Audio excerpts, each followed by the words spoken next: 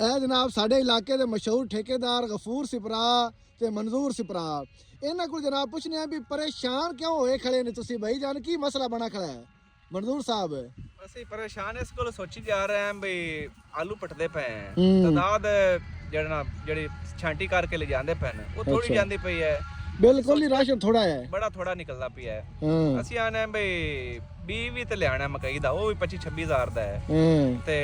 diesel ਵੀ ਲਿਆਵਣਾ ਹੈ labour ਮਗਰ ਹੈ ਲੇਬਰ ਦੇ ਵੀ ਪੈਸੇ ਦੇਣੇ ਨੇ ਸਹੀ ਗੱਲ ਹੈ ਕਿੱਥੋਂ ਪੈਸੇ ਆਸਣ ਸਹੀ ਗੱਲ ਹੈ ਲੇਬਰ ਤੇ ਸ਼ਾਮੀ ਆਖਣਾ ਸਾਨੂੰ ਤਾਂ ਦਿਓ ਤੁਹਾਡੇ ਵਿਕੇ ਨਹੀਂ ਜਾਂ ਨਹੀਂ ਵਿਕੇ ਜ਼ਰੂਰਤ ਹੈ ਤੇ ਉਹ ਤੋਂ ਰਮਜ਼ਾਨ ਸ਼ਰੀਫ ਦਾ ਮਹੀਨਾ ਹਰ ਬੰਦੇ ਨੂੰ ਜ਼ਰੂਰਤਾਂ ਨੇ ਪੈਸੇ ਦੀ ਲੋੜ ਹੈ ਤੇ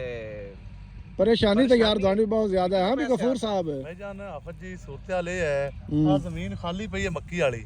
ਅੱਛਾ ਪਿੱਛੇ ਜਿਹੜੀ ਨਜ਼ਰ ਆ ਰਹੀ ਹੈ ਚੈੱਕ ਕਰ ਲਓ ਮੱਕੀ ਵਾਲੀ ਜ਼ਮੀਨ ਖਾਲੀ ਪਈ ਹੈ ਇਹ ਮਕਈ ਨਹੀਂ ਲੱਗੀ ਹੁਣ ਤਕਰੀਬਨ 8-10 ਕਿੱਲੇ ਆਲੂ ਪੱਟੀ ਬੈਠਾ ਉਹ ਖਾਲੀ ਪਈ ਹੈ ਮਕਈ ਨਹੀਂ ਲੱਗਦੀ ਪਈ ਸਹੀ ਪੈਸੇ ਕੋ ਨਹੀਂ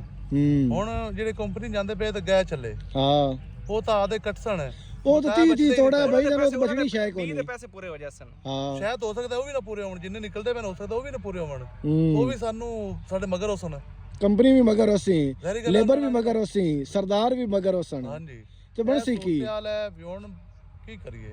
ਮੈਂ ਤੈਨੂੰ ਆਂਦਾ ਪਿਆ ਵੀ ਯਾਰ ਕੋਈ ਜਣਾ ਅਸੀਂ ਇਹ ਤਰਕੀਬ ਲਾਉਂਦੇ ਪਏ ਵੀ ਇਹਦਾ ਹੱਲ ਕੀ ਕਰੀਏ ਸਹੀ ਗੱਲ ਹੱਲ ਨਹੀਂ ਲੱਭਦਾ ਪਿਆ ਤੂੰ ਸਿਆਣਾ ਬਿਆਣਾ ਬੰਦਾ ਹੈ ਕੋਈ ਹੱਲ ਅਸੀਂ ਮੀਆਂ ਜਨਾਬ ਆਪਾਂ ਆਵਾਮ ਕੋਲ ਪੁੱਛਨੇ ਆ ਆੜਤੀ ਨੂੰ ਪੁੱਛਨੇ ਆ ਦੋ ਆੜਤੀਆਂ ਦਾ ਨਾਮ ਬਈ ਜ਼ਿਮੀਂਦਾਰਾਂ ਨੂੰ ਖਾਸ ਤੌਰ ਤੇ ਆਲਵਾਨ ਦੇਣੀ ਨਹੀਂ ਇਹ ਮੀਆਂ ਜਨਾਬ ਸਾਡੇ ਬੜੇ ਪਿਆਰੇ ਬੰਦੇ ਹਨ ਤੇ ਇਹਨਾਂ ਦਾ ਯਾਰ ਹੱਲ ਕੋਈ ਨਾ ਕੋਈ ਕੱਢਣਾ ਚਾਹੀਦਾ ਨਿਕਲਣਾ ਚਾਹੀਦਾ ਹੱਲ ਜਿਹੜੀ ਇਹ ਪਰੇਸ਼ਾਨੀ ਬਣਾਈ ਖੜੇ ਨੇ ਸਾਨੂੰ ਆਲੂ ਖਾਸ ਤੌਰ ਤੇ ਕੋਈ ਨਾ ਕੋਈ ਹੱਲ ਦੱਸੋ ਯਾਰ ਕੋਈ ਤੁਹਾਡੇ ਜ਼ਿਹਨ ਵਿੱਚ ਆਉਂਦਾ ਹੈ ਤਾਂ